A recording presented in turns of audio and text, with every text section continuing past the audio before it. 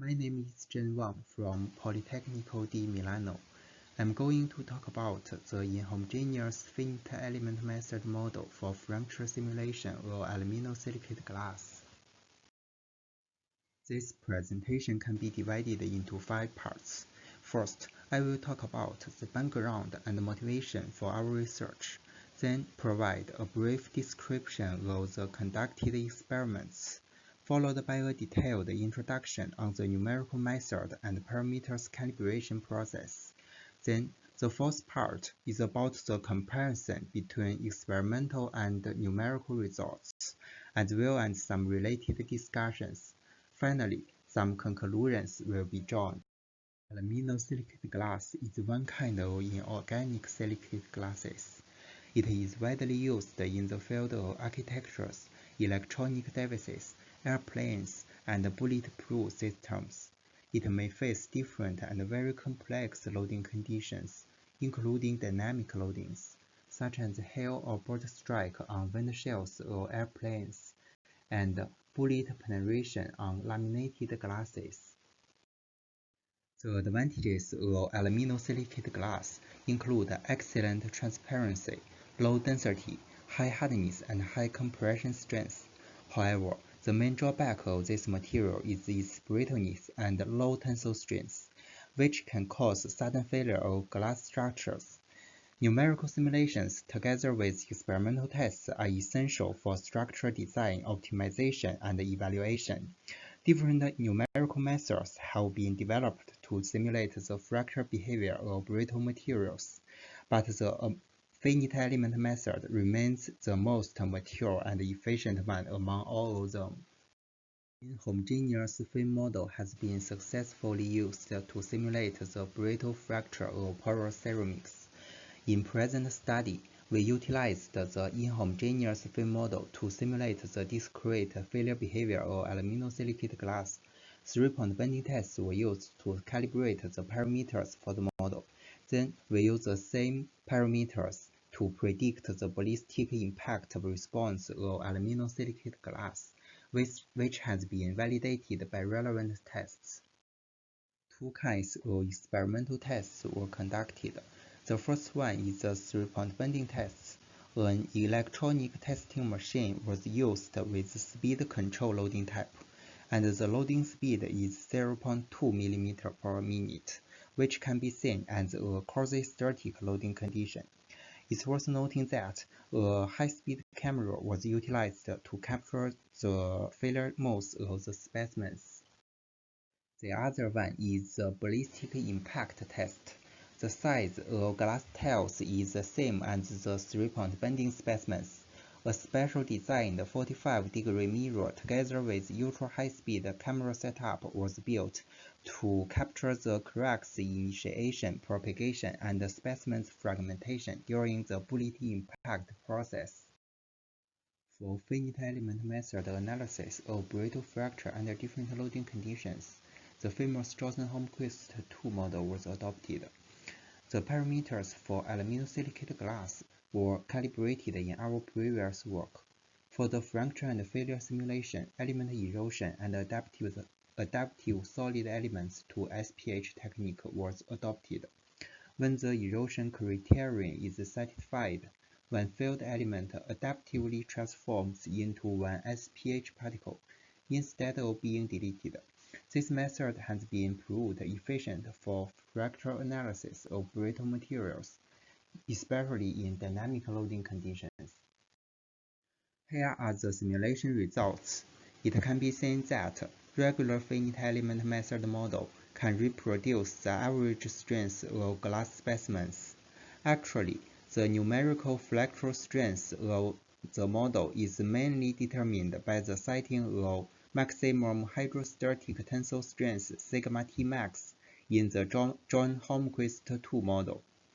A linear relation between the simulated fracture strength and sigma T max can be obtained from simulation. However, the discrete failure property is a main feature for brittle materials. That means the mechanical strengths and fracture modes varies considerably between specimens, due to the presence of macro-heterogeneity and randomly distributed surface flaws. So the failure modes of the specimens are different from each other, even for the same loading condition. But actually, the regular numerical models cannot reproduce this discrete property efficiently.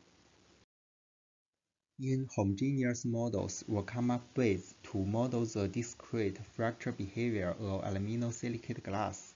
First, we try to model the random defects in glass specimens by assigning weak elements randomly with lower tensile strength, namely lower sigma T max in GH2 model, in the surface or in the whole specimen. Actually, some discrete fracture properties can be obtained, but the simulated failure modes are still not relevant to what we observed from experiments. The final inhomogeneous finite element method model we used for simulation is shown in this slide. In this model, the elements were assigned by different material models randomly by following a proportion, shown by different colors in this graph. Part A makes up the majority volume of the specimen with a normal strength material model, which lays a foundation for the average strength of the numerical results. Part B represents the stronger parts in the specimen with a stronger material model. When cracks propagated to the front of Part B elements, cracks deflection and branching may occur like the realistic situation. Part C is assigned with weak tensile strength to simulate the effect of random distributed surface flaws, which affect the crack initiation spots and mechanical strength of specimens remarkably. So, the elements of Part C only exist in the surface of the model. To use this method for simulation, we have to calibrate the parameters including the volume fraction and failure strength of Part B elements, as well as the volume fraction and failure strength of Part C elements. For example, to calibrate the parameters for Part B, we should fix the parameters for Part C and find the right parameters to get proper failure strength and fracture morphology of the specimens.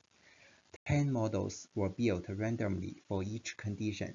The arrow bar in the graph represents the standard deviation of the 10 strength data. The same approach was used to calibrate the volume fraction and failure strength of Part C. It can be seen from this figure that the stress concentration appeared around the weak elements in the surface of the specimen, and the final parameters used for this model are listed here. Then we can compare the simulated results by the proposed method with experiments. Different numerical models are different stochastically, but exploiting the same calibrated parameters. It can be seen that the simulated fractal strength lies well in the range of the experimental results. Here also shows some typical failure modes observed by high-speed camera. Sometimes, the specimens failed with a damaged region, not only a single crack. Also, there may exist stopped cracks surrounding the main crack. The last situation shows the main crack initiated not from the middle part of the specimen, due to the existence of randomly distributed surface flaws, and it was noting that all these failure modes can be replicated by our inhomogeneous finite element method models. For the ballistic impact simulation, both the regular finite element method and the inhomogeneous finite element method can obtain good results for projectile residual velocity prediction. However, the proposed inhomogeneous models can predict the residual velocity even better for the higher impact velocity condition. Here are the comparisons of damage evolution and failure modes for penetration tests. For flat-nosed projectile, the surface of the bullet end contacted the glass surface at the beginning of the impact process. Cracks initiated from the impact side of the tile at 2 microseconds, shown as the white area in the image. At 4 microseconds, the compression wave in the glass tile reached the rear surface of the tile and was reflected as tensile wave. Damage appeared at the rear end due to the low tensile strength of silicate glass. The front end and rear end cracks interact with each other and formed a damage area around the impact side at 6 microseconds. This process can be predicted very well by both homogeneous and inhomogeneous methods. However, for the cracks far from the impact area, inhomogeneous models provided better predictions. It can be seen that the simulated damage and crack density of regular homogeneous model is much lower than experimental observations. There is usually a main crack in the severe spot, but the proposed inhomogeneous models allow multiple cracks initiation, deflection, and bifurcation. A detailed fragmentation and cracks analysis can be seen in the right figure. The cracked specimen after penetration can be divided into 3 regions. Region 1 is directly impacted region, and a circular shape area full of cracks was formed. This circular shape or damage area can be better represented by the proposed inhomogeneous model.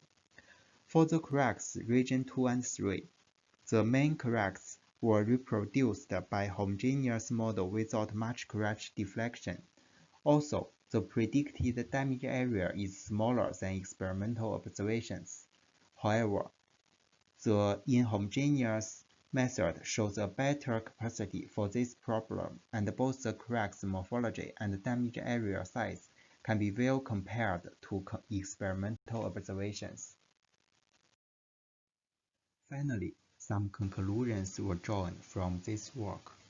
It was noting that this proposed method can be also extended to more complex loading conditions, large structures, as well as other brittle materials such as ceramics, rocks, concretes, and so on. Thanks for your attention.